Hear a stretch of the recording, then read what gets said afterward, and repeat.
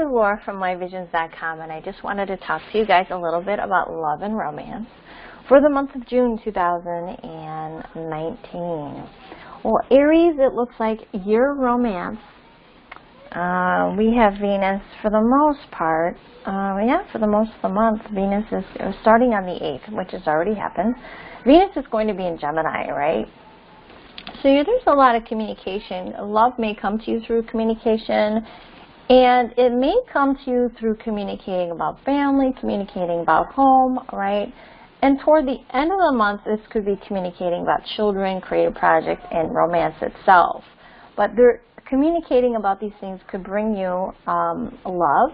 And I also want to say for you Arians that communication could bring you money, especially if you're communicating about homes, if you're working from home, maybe if you're in real estate, right? And toward the end of the month, maybe communicating about a creative project can bring you some cash, right? Now for Taurus, for the month of June, you're focusing on money. Through your job, making money could bring you love. Communicating at your job could bring you money, could also bring you love, same thing. Toward the end of the month, you could be making money from home or through family matters. And you could, again, be meeting someone through a money-making opportunity, okay? Gemini, love is coming to you, money is coming to you, right?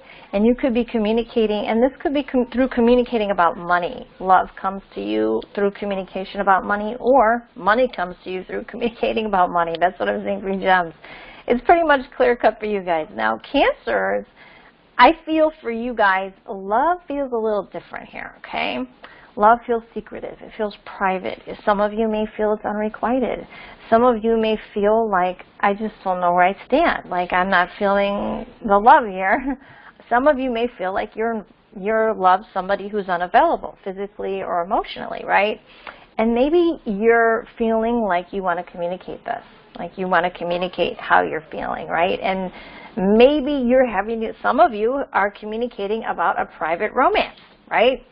Some of you could be keeping through communication, making money behind the scenes through communication, right? And some of you could be keeping money matters on the down low, secretive and private, right? That can happen with some Cancers. Now, Leo, I feel you could be finding love through friends, groups, organizations, right? But you're keeping this on the DL. You're not talking about it. You're keeping it very private. Now, if you're making money, you could be making money through groups and organizations or even through friends, but you're keeping money matters, like things on the DL, kind of private. You're not really talking much about what's going on, okay? Now, Virgos, your status is on fire, right? So your status could be getting a little boost through friends, groups, and organizations. You could be getting more clients through friends, groups, and organizations and all that stuff in the beginning of the month, so take advantage of that. Also, Virgo, I want to say love could come to you. You're communicating with friends, groups, organizations, but love comes to you through your status. So maybe somebody finds out that you're single, or they figure out your status, whatever's going on in your life, and then through communicating with friends, groups, and organizations, you meet someone. And toward the end of the month, through your status, you could be very private about communication, keeping things on the down low toward the end of the month, okay? That's what I'm seeing, Virgo. But like I said, making money through your status, through friends, groups, organizations, through communication, okay? Libra, now this is you finding love at a distance, right? And this is, maybe they're a different person than you. They're very different culture, different ethnicity. They're different belief systems. That could be too. There's something different about this person, but they could be at a distance. You could meet love at a vacation, resort, or, long distance travel, taking a class, a trip, a webinar. But you could meet love through communicating about your status. Like, this is what's going on with my status, right? So maybe even through something legal, you could meet your partner through communicating about your status, a legal status, right? This is where I'm at, I'm going through a divorce, blah, blah, blah, and then you meet somebody, right? Now, for money, money could come through teaching, writing, publishing, if you're in the legal pursuits, like you're a police officer, something like that, or a security guard, or something like this, or a lawyer. Money could come through you through that way, but you making your own money that way, you know what I mean? I want to say, you know, money could come through, like I said, teaching, writing, publishing, communicating about status. Now, toward the end of the month, I'm seeing you communicating with friends, groups, and organizations, and maybe you may, you know, meet someone on a vacation. Ava! Maybe you may meet somebody on a vacation or something like that, you know what I mean? So you could meet love on a vacation or something. Could be, I don't know. Scorpio. Wow, this is intense. Intense, intense, intense. Money could come to you through means that, through communication about something legal. It could be child support, alimony. It could be money that you didn't earn on your own. It could be through investments, okay. Legal investments, or maybe a legal settlement. You could get money through that way. Love could come through you through, I want to say, wow, somebody handling business, somebody handling finances. So maybe the banker, 8th house could be banking. 8th house could be somebody handling your finances, your accountant or something like this. 8th house is also, it's intimacy. But 8th house is also at a wedding or, God forbid, a funeral, something like that too. But this would be something at a distance too. So you could even communicate with somebody at a distance and you're like, oh, wow, hi, how you doing? You know, I don't know. You know, it doesn't always have to be something legal. It could be something at a distance as well. It could be through a legal means too that you meet somebody, you know. And toward the end of the month, Scorpio, this could be communicating about your status. You know, that there's more intimacy in your life, there's more love in your life, money is coming to you, you know, you're communicating more about your romantic status, and that's bringing more love to you. Now, I would say you have no shortage of romantic opportunity with Venus in the 8th house, okay? And just like Gemini, there's no shortage of money or romantic opportunities with Venus in the 1st house. Tauruses, I would say, no shortage of money with Venus in the 2nd, right? Now, I'm going to say here, Virgo, your status, like married, single, single to married, it could change. You know what I'm saying? Through a group, friend, group, or organization, your status may change, right? For Virgos, all right? All right, now we are on to Sagittarians. So Sagittarius, you, I want to say, could meet a love partner. Now, this could be through others, through people introducing you to somebody else. You know what I'm saying? With Venus in the 7th house, it's really nice, especially if you're already in a relationship. This makes things really, really nice for you, right? Now, you could make money through a partnership, especially if you have joint resources together. I'm seeing that. You could also, you know, meet somebody through banking, somebody who handles your finances through other people. That can happen toward the end of the month. If you go, you could even go on a vacation, a romantic vacation with somebody at a distance, and maybe you're on vacation and you meet somebody through a friend. Maybe you go on a vacation with a girlfriend and you meet a guy there and you're like, oh my God, this guy's amazing. You know, it could be that too. Or communicating about legal or people in places at a distance, or teaching, writing, publishing, right? You're communicating with others, but in that contact, you could be meeting somebody, is what I'm saying, Sagittarians. Now, Capricorn, you could be meeting love through work, right? And through communicating with partners, partnerships, whether it's business or personal, other couples, you know, you can meet that way. Now, I'm seeing here, Capricorn, there is a communication about a partnership, maybe at work, okay? Maybe you're in something at work. I don't know, but there's communication about that. Now, you could be making money at a job, too, by communicating with others and maybe partnering up, okay? Now, I'm seeing toward the end of the month, maybe you're communicating about resources, joint resources, and this having to do with a work situation. So maybe you're deciding, well, are we going to joint resources, or are we going to just kind of just, your resources are your resources, and mine are my resources, and we just, like, split the bills in half? I mean, I don't know how you're going to do it, but I see money coming to you through a job, okay? And I'm also seeing there could be a lot of communication about partnership at this job and intimacy, okay, is what I'm saying.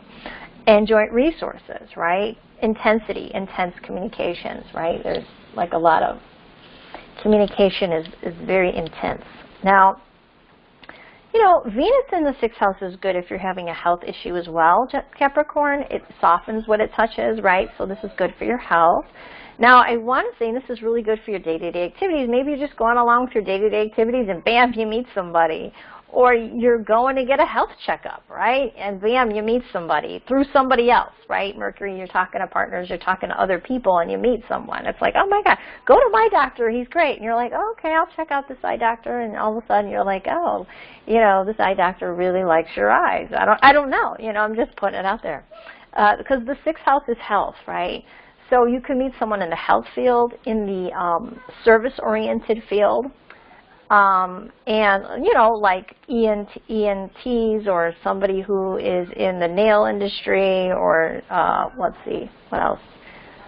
I want to say massage, but it's not, you know, it's not the kind with happy endings. You know, I mean, let's keep it clean here, folks.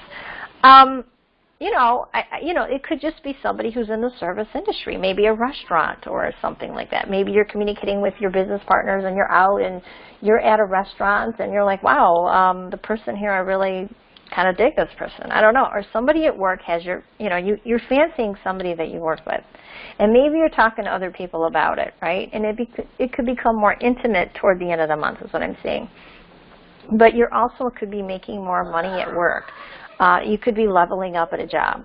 Aquarius, I'm seeing you could, if you're single, you could find love through doing something that you love or something with children, right?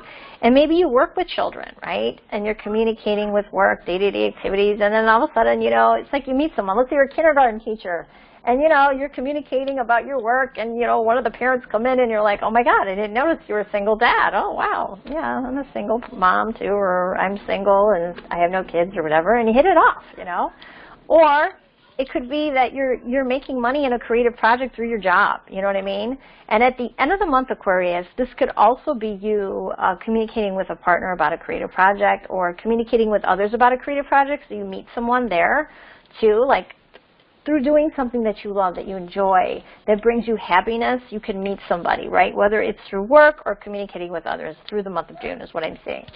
Now, Pisces, this is if your family says to you, and you're single and ready to mingle. Now, let's just say if you're married, your home life looks good, right? Your home life looks okay. It's more, let's just say it's more harmonious now, whatever your situation is, more harmonious. You could be decorating the crap out of your house with Venus in the 4th house. But also, if you're single and your family says, I want to set you up, say yes. Say yes. And because Venus in the 4th house could be good with setups, okay? But you really have to look at your natal chart. I just want to tell all of you, you really have to look at your natal chart to see the best way you're going to meet someone as far as dating and your you know, marriage situation. It really goes by the time of your birth. But I'm giving you the generalization based on what's going on for the month, okay?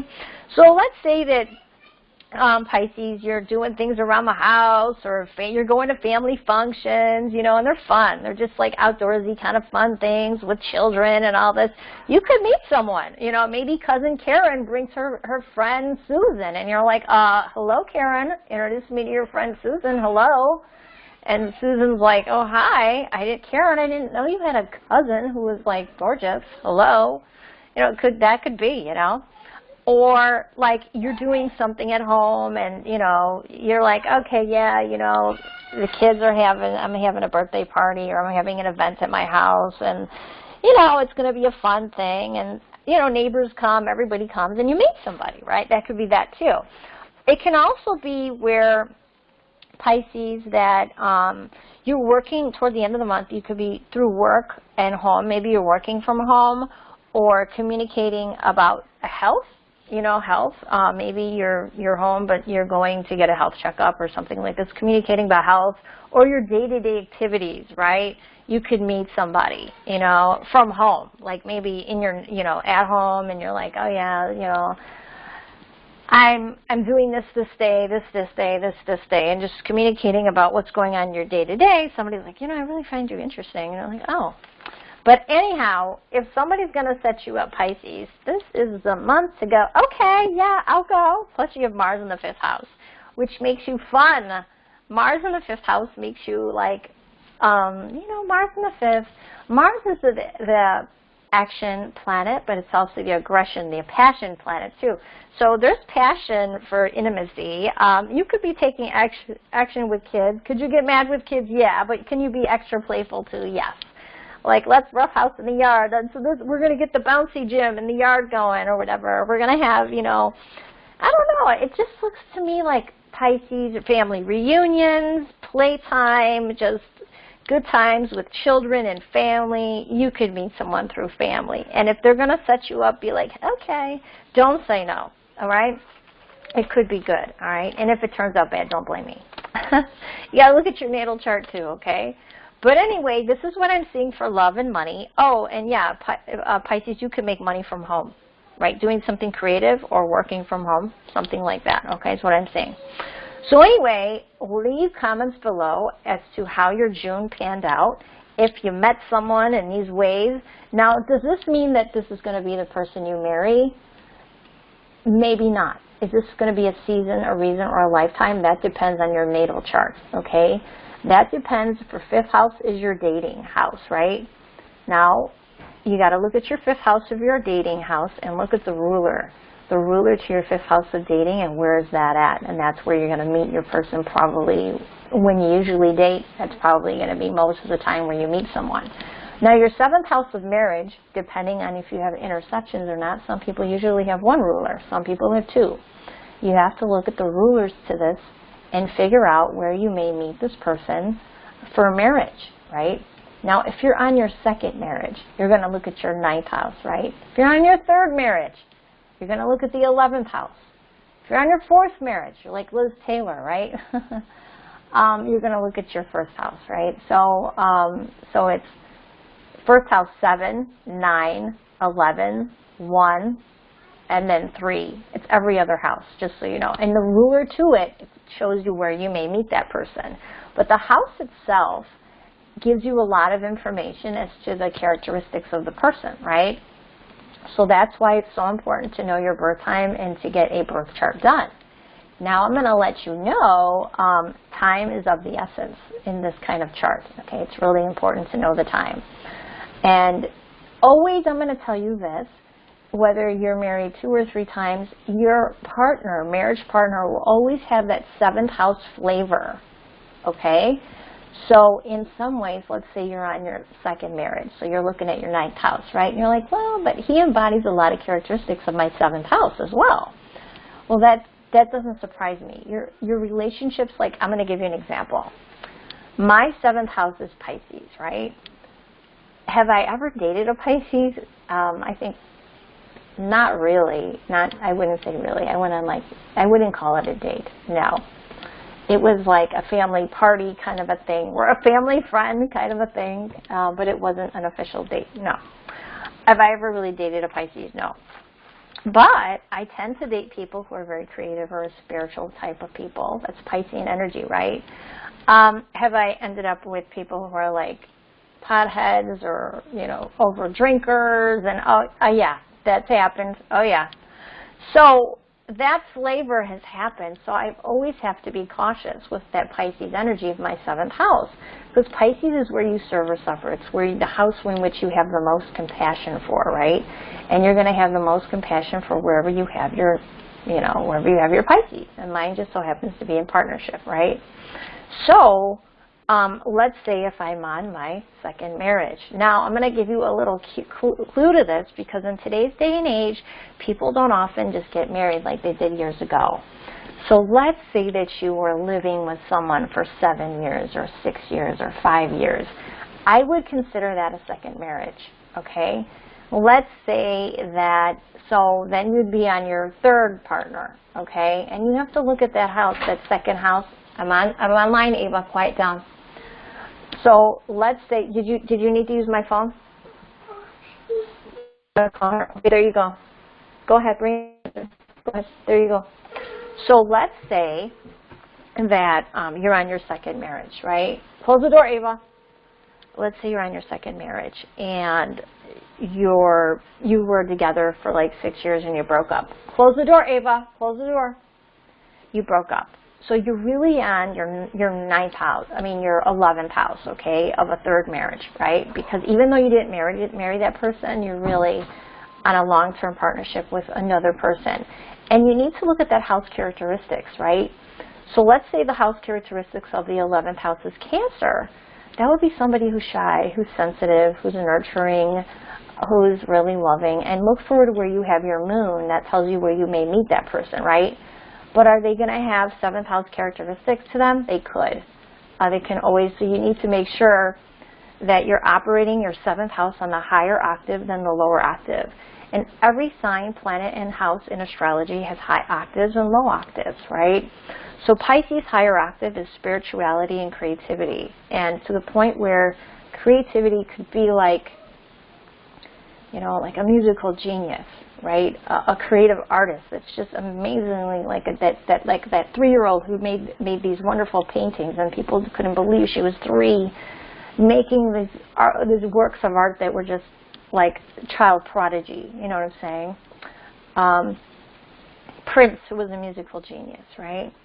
Whitney Houston, who was a beautiful singer and had this amazing voice, a wonderful gift, right? But like some of them tuned out of life. And I don't think Prince's addiction was on purpose. I think it was because of an injury, and then all of a sudden became addicted to like prescription pills. But like people with Piscean energy tend to want to tune out of life and go into the Neverland, right? Fantasy Island, because the earth plane is a little kind of difficult, right? Heavy energy. And they like to, Piscean energy tends to need to sleep more, take naps more. They tend to drift off Neverland. They're the most creative people on the planet. They can tell a story like no other. I'm sure that woman who wrote Harry Potter has heavy Piscean or Neptune energy in her chart. She's very creative. Maybe Sun conjunct Venus or something like this. I don't know. But so every sign has, positive and good attributes. Like Aries is very entrepreneurial and go-getter, right? But the bad side of Aries is their temper, right? Is their aggressive side. It's their nature is to be, I want it done yesterday. And sometimes they have to check themselves. Like, you can't be so aggressive. Like, you can't be so assertive. Like, some people have feelings. You know what I mean? I know you want it done yesterday, but geez, so sometimes you got to put the brakes. Like Taurus wants security, right? Now, Taurus is all about the positive side of Taurus is security and stability. And the negative side of Taurus is going too slow, making a decision. But Taurus can also be the most sensual sign. Their senses are heightened, taste, touch, smell. They could be great cooks, massage therapists. They're really good at smelling perfumes and being like, oh man, that's your scent. That's just awesome on you, They're very intuitive that way, right? My father was a Taurus. But the negative side is you poke the bear, you poke the bear, you poke the bear, and boom, they explode, right? They can have the worst tempers. They're the bull, right? But the other negative side of Taurus is sometimes it gets them, you got to poke and poke and poke and prod them sometimes for them to move. Let's get off the couch. Come on, let's do something, right? Now, positive side of Gemini is they are so intelligent. They can talk about anything and everything, right? They are the most really intelligent sign, and they are multitaskers. They can sell ice to an Eskimo. They can read people a mile away, read you like a book, right? And know how to sell something to you, right? And they can be very much so conversationalists. But the negative side is the decision making. Well, there's this, but there's this. I like this, but I like that too. You know what I'm saying? I said this, but I also said that. Well, which do you mean, Gemini? Do you mean this or do you mean that? You know what I mean? So that could be a problem. Cancer is the most nurturing sign of the zodiac. I call them the Betty Crockers of the zodiac. Let me feed you. Let me make you feel good. Let me mother you. Okay? They want to mother, right? Especially the moon in Cancer. They want to mother their person, right? But the negative side of Cancer is overly emotional, right? Wearing their feelings on their sleeve where they overwhelm their partner with feelings, right? I think I did that to this guy I really liked. I overwhelmed him with my Cancer moon. I'm so sorry. But yeah, Leo, okay? If your 7th house is Leo, you may attract someone who's, wow, they walk into a room and they just get attention. Whoa, everybody wants this person. They have charisma. They have that spotlight movie actress kind of charisma. It's like, who is that person? I want to know their name, right? But the negative side is Leo energy has to learn that, because they're so used to getting attention, that it's not all about them. It's about the other person too. It's not a me, it's a we. Aries needs to know that too. Aries is another fire sign that it needs to know it's not just a me, it's a we, right? Aries innocently, I want to say sometimes, tends to charge into things quickly without thinking, all right? They get mad quick, and then later like, oh, my bad. I'm so sorry, I was so brazen with you, you know. Hindsight's 20/20. Leo, you know, it could be, sometimes they exude such confidence, it could be seen as arrogance, right? So sometimes Leo can be like, you know, I could take you or leave you. I don't give a crap. You know what I mean? And in a sense, they can. But that can come off really arrogant to someone on the negative side.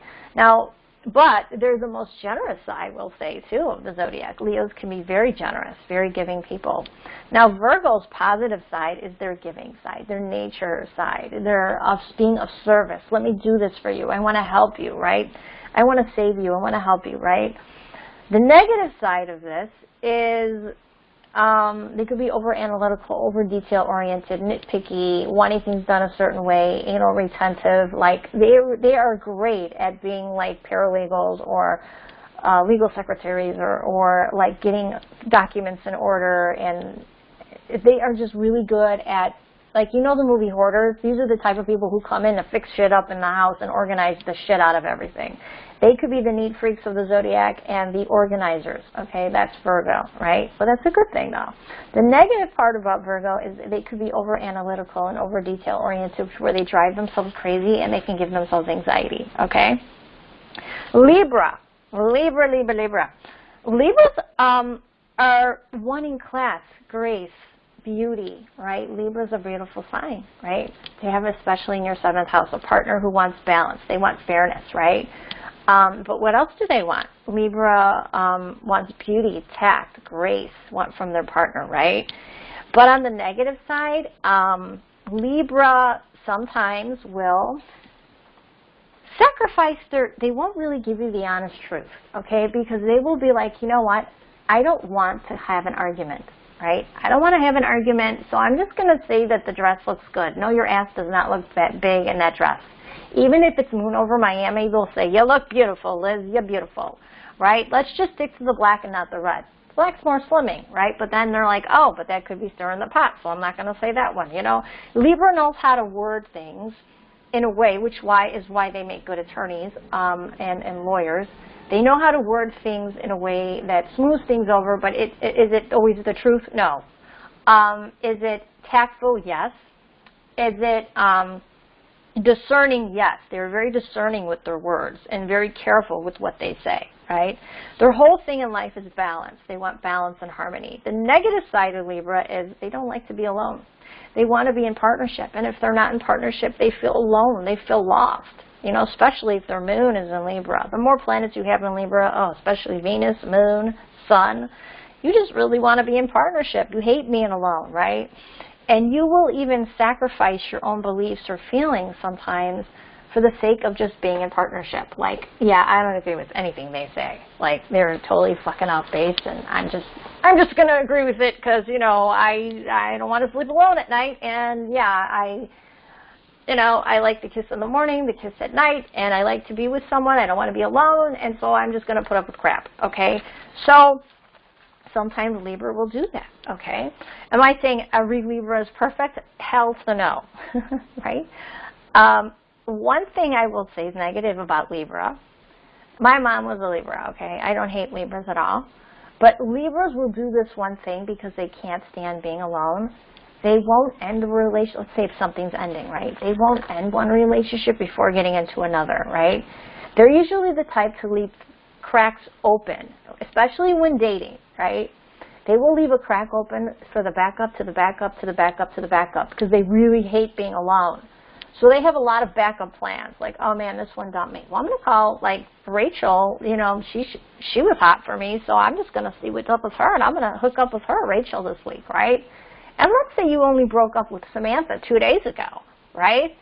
And you know, then all of a sudden Samantha gets wind that you were with Rachel when you guys were on a 2-week hiatus or 2-week break, and she's like, wait a minute, you were with Rachel and we just broke up for 2 days? Like, really? You couldn't wait 2 days? Libra? Really? And then you're going, well, I don't know why she's all mad, you know, like she's, you know, and it's, Libra doesn't realize sometimes when they're stirring their own pot, right? They're like, well, we were on a break and I really shouldn't have to explain myself because we were on a break. And then, you know, Rachel's like, or Samantha, sorry, is like, well, it was 2 days. Like, really, you couldn't, like really? Like, you couldn't, like, try to fix this and mend this?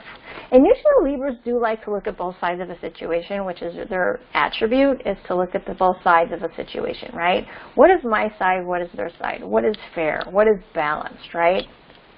But they hate being alone so badly, they will put themselves in compromising positions, okay?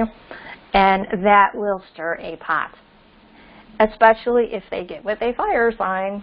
Yes, fire signs are like, I'm the coming attraction, I'm the main event or no event at all, okay? So anyway, so let's say your 7th house is Scorpio. This is somebody who wants that passionate connection, that mind, body, soul connection, something that transcends the physical, right, into the spiritual. They want that mind-blowing, like, sexual experience, this intensity with you guys, which could be awesome, right? Me and you against the world.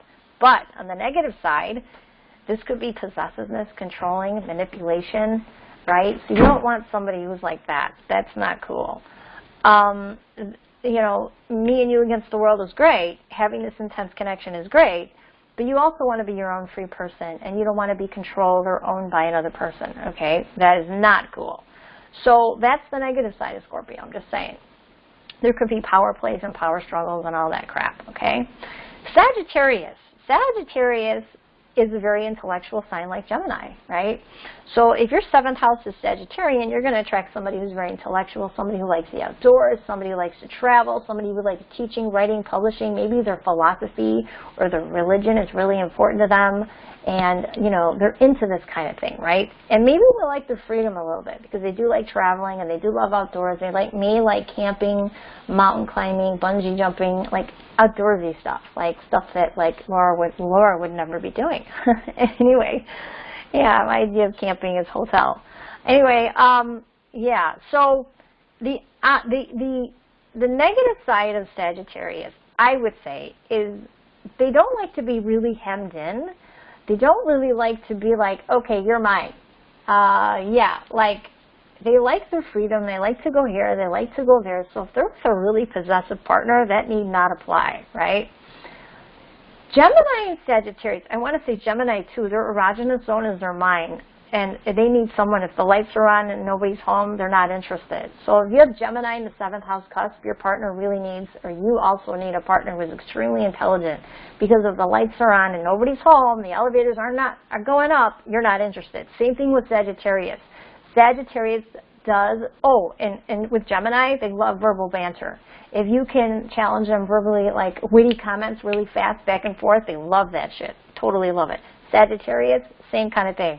Sagittarius likes to talk about religion and their beliefs, though, their philosophy about things, and they love to talk about international things like world events, different cultures, different religions, and the more you know about that, the more they're interested. They're all in, they're all ears. Like, wow, you're so interesting. Oh, you travel the world? Tell me about it. Have you been to Paris? Have you been to France? Have you been to Egypt? Wow, you were in Greece? That's so wonderful. Wow, you went to Italy. Wow. Oh my God, did you see, you know, Michelangelo's painting? Did you see the Sistine Chapel? Did you go to Rome? Did you meet the Pope? You know, this could be all like exciting to them, right? Travel. But if you say to a Sagittarian on the negative side, you know, like you get very possessive, very controlling, and be like, no, I don't want you going on that trip. No, you know, I don't want you going without me. Or no, like they want to be with someone, but they also want their freedom as a bird too, knowing that you trust them and that they can, you know, travel or learn. They like learning and teaching and writing and publishing also. They like to do their own thing too in their independent way. And if you impede that, they may just cut you off, okay? Capricorn. Capricorn if you have Capricorn on your 7th house cusp, you're going to be attracting a partner who is very a workhorse. They're the workhorses of the zodiac, right? They want to provide. They're the providers of the zodiac, right? They may not be so much into the huggy, kissy, lovey-dovey stuff, okay? But they're like, well, I bought you the house, I bought you the car, I got you a nice ring. Like, they're the type to maybe adorn you with stuff. They could be really concerned with status, where they are in the world, right? And the negative side of Capricorn is that they aren't as emotional and they're not as comfortable with sharing feelings. Now, this isn't all Capricorn, so I don't want negative comments about Capricorns. But they're not really comfortable, a lot of them, with public displays of affection. They're not really comfortable with, they may spend so much time at work and not as much time at home, which could cause a problem, right? Because they're so concerned with status, so concerned with financial security and stability. Going up the corporate ladder is important to them. They don't want to be the janitor. They want to be the CEO, right? They want to be the top head position. That's their goal, right? I don't want to be, you know, I want to be the corporate executive. I want to be the CEO. I want to be the owner, right? I want to basically run the ship, okay? So, you know, that's, you know, I want to say to you that, what do you call it? Capricorn is a very powerful sign, right? They may not be really good at sharing their feelings, right? And some are good, you know, some are not. Some of them, it's business, it's not personal. They take the emotion out of it to create a solid business sense, okay? And I'm going to say my grandpa was a Capricorn who married my grandma. My step-grandmother was an Aries, but my real grandma was a Virgo. But I'm going to say Aries and Capricorn getting together, that's a power-ass couple. And the last person that I was interested in had a Cap rising. And I was like, why am I so drawn to this person? Like, he has such a charisma to me that reminds me of my grandfather and a little bit of my ex-husband. And my ex-husband had Venus in Capricorn, right? And I did his chart, and I realized his ascendant was Capricorn, right? And his Mars was in Capricorn. So he exuded that energy. And he was not comfortable, really, with displaying his feelings and emotions. I noticed that. And he was a workhorse in that way. And I knew that we both have very strong personalities.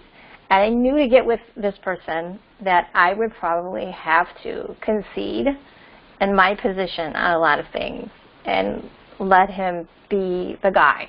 Because Aries wants to feel like the woman. If you're a woman, Aries, female Aries, you want to feel like the woman anyway, right? And if the guy's going to take charge, that's attractive to an Aries. And if the guy's not going to take an Aries crap, that's attractive to an Aries too. If the guy's going to call an Aries on her crap, then she finds that attractive too. So, and I found him being like, no, I don't like that, or I'm not, you know, like, but he would say it in such a polite, mellow way, like my grandfather would speak. And like a real mellow person, but a workhorse. I mean, this guy was always working. And I'm like, oh my God, no. Just like, can I adopt you forever and, like, you know, keep you away from work? But that's my Cancer moon. You know, I have the opposite Cancer moon where you just want to, like, cuddle this person to death, which probably he would hate, to be cuddled to death. Like, I just want to kiss you and cuddle you to death. You're so cute. Oh my God, you know, with my little Aries prints all over him. You know what I mean? But anyhow, yeah, Capricorn, the only drawback to you guys is, like, you may not feel comfortable with the cuddles and the kisses and the, like, the, you know, like a Cancer would, you ever see The Notebook where she runs up to Noah and she just wraps her legs around him after he gets off of work and she just kisses the shit out of him? And she's like, I'm so happy to see him. She don't care who's seeing. She doesn't care who's seeing. She just jumps in his arms, you know. So with Capricorn, he may be like, oh my God, who's watching? Who is watching her attack me right now? That is totally Cancer, like my moon in Cancer, you know. That's totally Cancer energy. And a Capricorn might not be so comfortable with that, depending on his chart, okay? Not all Capricorns. Some of Capricorns are like, attack me, go ahead. Attack me, go ahead, you know. But, you know, They, a lot of times they have issues expressing their emotions, and they can be workhorses, which can be an issue, because less time at home, more time at the job, okay? So if she's a creative Cancer, or if she's a creative spouse, because Cancer is the opposite side of Capricorn, which means that she would have to have a Cancer ascendant. You know, she may have to sneak into his work with a special outfit on and surprise him for lunch or something. I don't know. Keep it spicy. I don't know. To get her cuddles. I don't know. Anyway, Aquarian. Okay, if you have Aquarius ruling your 7th house, right? So you could be attracted to someone who's very eccentric, somebody different than you, somebody who's just off the beaten path, does their own thing, rebel, doesn't go, they're very unconventional, very anti-establishment, could be very much, I do my own thing, don't tell me what to do kind of a person, I dress my own way, I don't like to be corrected. It could be very inventive, it could be revolutionary type of person, but the negative side of Aquarius, they can be, when they feel upset or mad or angry, they can just detach, like shut their feelings off like a damn switch, and they could also leave at any moment's notice without any kind of an indicator, like not even a Dear John letter, which is kind of scary. So I'm going to tell you, if you have Aquarius ruling your 7th house cusp, your partner is going to need space. Your partner is going to need space in the relationship, and you're going to need to be able to give each other a certain type of freedom, okay? Aquarius on the 7th house, meaning that they need their own freedom to be who they are, okay? If you're going to try to control this person, think again. They're just going to cut you off, ghost you. They're the kings and queens of ghosting, by the way, 7th house cusp Aquarius. And you could have a lot of makeup, breakup, you know, if you have Aquarius ruling your 7th house cusp, right? And the opposite side of Aquarius is Leo, very confident. These two signs have this energy about them, like I could take this or leave it, I don't give a crap, right? Which is usually why Aquarius usually does get with Leo and Leo usually does get with Aquarius. But Aquarius is very independent, right? Where Leo like loves the attention. Aquarius could care less. You know, I have purple hair, I'm Cyndi Lauper, I have rainbow hair tomorrow, you know, like the shares of the zodiac, you know, and the Cyndi Laupers and whoever is very eccentric. They don't care, they own their eccentricity, and they're like, yeah, I'm different and I love it. I love it. And if you don't like it, then they'll tell you, screw off, you know, I don't care. But they're also the innovators of the zodiac too. They make change, right? They're usually liberal types of people.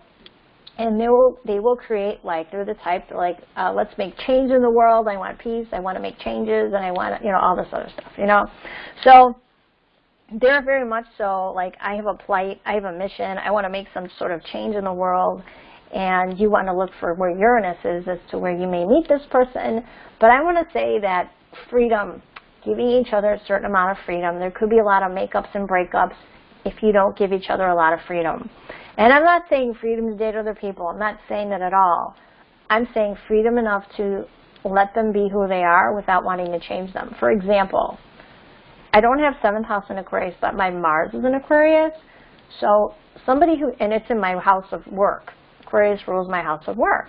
So somebody who doesn't accept me for what I do for work, or, you know, that I do astrology, I do tarot and all that stuff, then I'm just like, well, you know, I'm not put on this earth to please you. I am who I am, and if you don't like it, hit the bricks. Well, don't let the door hit you where the good Lord split you, because somebody who loves me is going to love all of me. They're not going to be conditional, right? And I do sometimes need my freedom to do what I need to do for my job, and I do like my space. Even though my moon's in Cancer, which is like all about, I want to love up somebody and cuddle them, you know, but my moon is also in the 11th house of Aquarius, conjunct Ketu, which means that I do need emotional space at times. My alone time, and I have the ascendant Virgo, which makes me kind of a hermit. So this is like, I do need a lot of downtime to think and evaluate and innovate and create ideas and work on what I do for my job. And I need someone who gives me that time, you know what I mean? Which is why I kind of like that Capricorn guy too, because he did work a lot too. But not that it was a bad thing. I don't know, I guess my Cancer moon wasn't feeling his feelings. It's like, I want your feelings. But anyway, Pisces. If you have Pisces ruling your 7th house cusp, it means you're a Virgo ascendant. And this means that you're looking for somebody who is, the high octave of Pisces is somebody who's compassionate and creative, right? Spiritual too, right? The low octave of Pisces is a science project, somebody who's a drug addict, somebody who's chemical dependency, somebody who lies outright lies, deceptive, illusionary. You fall in love with for who you want them to be instead of who they really are. Falling in love with somebody who portrays themselves one way, but they're really a different person, and that has happened to me. I'm going to be honest with you. So now, if you have Pisces on your 7th house, I mean, Laura has learned, I don't know about you guys, I will not probably date someone unless I do a background check fully on that person, know that there's no background. And also, creativity is important to me. If we don't have the same spiritual beliefs, that's cool. As long, if you believe in something, as long as I want to say for me, as long as you have mutual respect for the other person's beliefs, that's important to me. As long as they're compassionate, that's hugely important to me. They have compassionate to your situation, and that's also the reason I love that Cappy Rising guy. He was very compassionate. But Pisces is like if the person's really compassionate, and I think that's what got me. I'm going to tell you a little story. This guy went out of his way a few times and did some things for me that I thought, wow, in this world, in my situation, I found that really nobody gives a shit about their job. Nobody really goes out of their way for nobody for nothing, right? And this guy called me about something to help me out. I remember that, getting a call. And I was at my sister's house. And I got a call on my cell. And I'm like, oh, how nice. And then later showed up somewhere and in support of me and where I needed help in a situation. And I was really like, wow, he really didn't have to do that. And yet he did. And then I'm like, wow. Like, I started looking at him differently. Like, and this is totally my Pisces 7th house cusp. This guy showed so much compassion, and the fact that I would cry to him on the phone about things, things that I was going through, and the fact that he was so compassionate and such a listener and so empathetic, that the more I spoke to him, the more that, like, how, like, if you're going through the dark night of the soul, and you're just crying about things in your life, that I found that every time I would get like a phone call or a text, I'd be excited. Like, I would be excited and so super happy to hear from this person, right? And but I think that he was doing, and then I thought to myself, well, maybe he's just being a nice guy, and I'm reading into it way too much, and I think maybe that's what I did. I don't know. Maybe he's just being a nice person, and I'm like making him awkward by, eventually with my Cancer moon, I was totally open with my feelings with him, and he's like, okay, I don't think that maybe he felt the same way and was trying to be polite about it, which made me feel like, okay, I need to kind of step back here because I'm going to get totally hurt. Cancer moons wear their feelings on their sleeves, and they just can't do flings or like just fly-by-night relationships, They're really, and I know this about me, so I had a discussion with him, and he's like, yeah, like, I don't think we were on the same page, right? And it doesn't make him a bad person. It just means that we were in different places. And then, because I'm in Aries, and we're aggressive, and my Venus is in Aries, and I'm very assertive, right? I saw this person again, and I reached out to this person, and I said, I don't remember what I said, but I remember just like having like a day out, just talking. And then I remember sending him an email that was very assertive and very aggressive, and it was like, it was like I wanted his feelings, but I did it in a very forceful way, and which is not good. It's not good. But it was kind of like me saving myself, saying, look, Laura, you're doing it again. You're falling for an illusion that this person can't offer you. You're wanting something from this person that I knew that emotion, and this person can't offer me that or can't give me that or whatever, At least he wasn't. And I sort of gave him an email about, I'm not a spider. I don't hang on strings. You know what I mean? I don't like being, not that he was stringing me along, but I like directness. You know what I mean? Shoot from the hip, speak from the gut, kind of a thing. And, basically, if you're going to put effort, put effort. If you don't like me, then just tell me, kiss off, whatever. I was like really direct. And maybe you know, that can be very much a turnoff. Aries energy can be very much a turnoff to a lot of people because it's very assertive, it's very aggressive, and it's very, like, I mean what I say what I mean, and I don't mince my words, which is funny because my Mercury's in Pisces. You would think I'd be more compassionate, but my 7th house cusp, I think I was just so afraid of being hurt by this person that I was like, you know, I'm putting it on the line. Like, if you can't bring it the way I need you to bring it, and maybe that's having expectations of this person, I don't know, and that could have been scary to him too, like, oh my gosh, she has all these expectations, oh my god, I'm just trying to be a nice guy, and you know what I mean, and I just kind of just put it out there. But I think for me, I was kind of sort of safeguarding myself because I'm like, this is going to be, I'm going to get attached to this person. And this person, I already feel like he is very detached. He had Moon in Aquarius, detached. And my Mars is in Aquarius. So when he detached his emotions, I detached my energy. I'm like, look, I'm pulling back too. And maybe I did it in aggressive, or maybe, I didn't mean to do it in a mean way, but I think I did it in an aggressive way. But what I'm trying to tell you is Piscean energy can be very difficult to have on your 7th house cusp, because you could get screwed over so much and so badly that you are just like, okay, like, this is not happening, and I'm like, so it's kind of like, I don't know, Pisces is usually the most compassionate sign, so usually, Pisces, if you have Pisces on your 7th house cusp, if the person is going through a really tough time or a hard time, people with Pisces in their 7th house tend to attract partners who are going through a rough time because they want to help them, fix them, save them. Let me help you. That makes Pisces feel good in their 7th house cusp, you know? And I kind of felt like this person was going through his own rough time, but he wasn't sharing it with me. But I really wanted to be there for him. And maybe we could help each other heal through our situations. I don't know. But I just felt this person was very cautious and like, you know, I'm stepping back, you know, kind of a thing. And by his moon not sharing his feelings, my Mars retracted as well.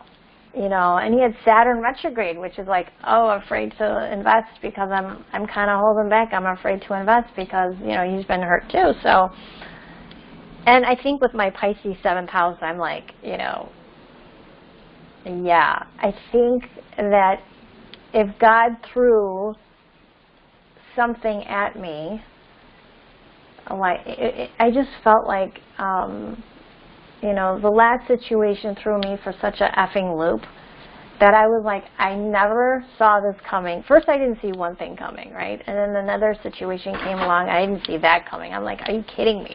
I felt like I was in a novel or a book or like a Lifetime movie that wasn't real. But anyhow, that can be Pisces energy where you're, okay, I'll bring you a snack. Just one second.